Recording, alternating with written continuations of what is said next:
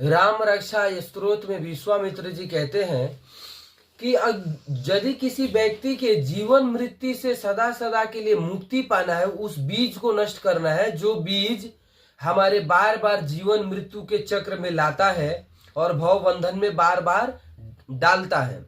यानी कि हम लोग जन्म लेते हैं और फिर मर के जल भी जाते हैं, लेकिन फिर किसी न किसी योनि में कर्म के अनुसार हमारा जन्म हो जाता है। तो वो शक्ति जो हमें बार बार जन्म मृत्यु के चक्कर में लाती है, अगर उसी को नष्ट करना है तो फिर क्या करें?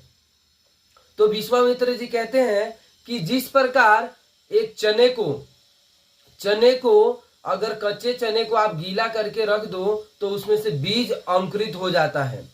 अगर उसी चने को अगर हम तवे में तल के या किसी बालू में भूज के और फिर उसको रखें तो उसमें से बीज अंकुरित नहीं होगा। यानी कि इस शरीर को हमें इतना तपाना पड़ेगा कि जो बार बार जन्म मृत्यु का चक्कर से जो मूल बीज है उसको ही हमें नष्ट करना पड़ेगा, तभी हमारी भगवत प्राप्ति हो सकती है, या तभी हमें अगला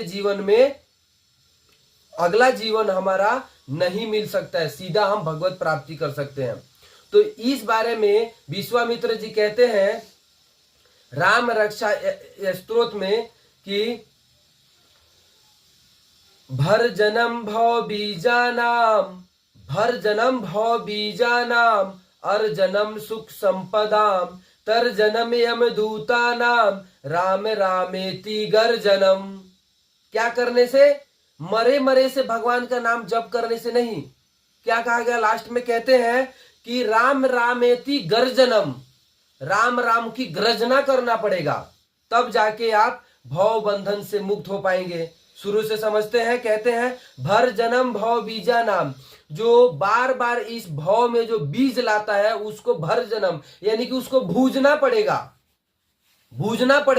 या तेल में उसको तलना पड़ेगा, मतलब बहुत तपाना पड़ेगा, इस शरीर को बहुत तपाना पड़ेगा, तब जाके हमारे हृदय के सारे पाप या कर्म कहे तो वो नष्ट होंगे, तब जाके कर्म बंधन से हम लोग मुक्त हो पाएंगे। कैसे? मरे से, भगवान के नाम लेने से नहीं, शेर की तरह गर्जना करने से। गर्जनम राम रामेति गर्जनम, गर्जना करने से होगा।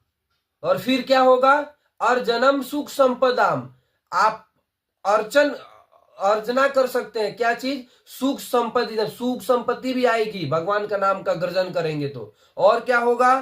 तर जन्म यमदूता नाम, यमदूत को भी ये नाम है ना, मार के